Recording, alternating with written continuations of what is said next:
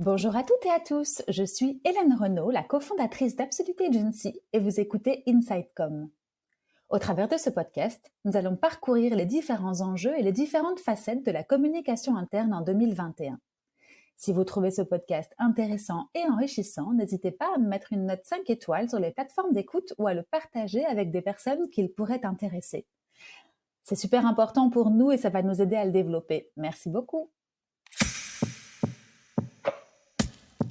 À l'heure où le mot employer branding prend pas mal d'ampleur, il me semblait important de faire un arrêt sur image pour essayer de faire bouger un peu les lignes. Je m'explique.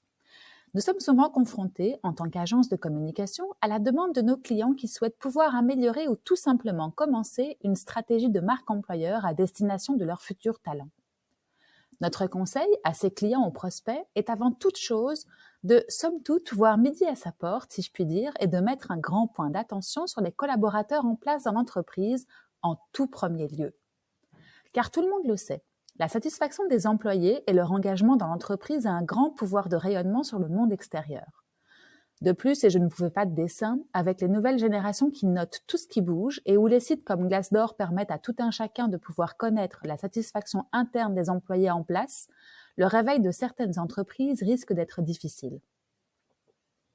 Nous, chez Absolute, nous conseillons donc d'abord de mettre un grand point d'attention sur l'expérience salariée. Et qu'est-ce que l'expérience salariée? C'est en somme tous les points de contact entre l'entreprise et l'employé en termes de RH, communication interne et d'action managériale. Et ce, en amont du premier jour du travail jusqu'à la fin du contrat.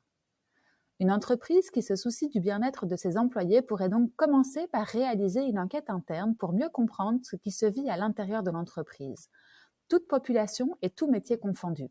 Bien sûr, les résultats de cette enquête permettront alors de mettre en place une stratégie de communication interne qui bénéficiera aussi à l'externe sur le moyen terme. Le maître mot pour cette communication est la cohérence.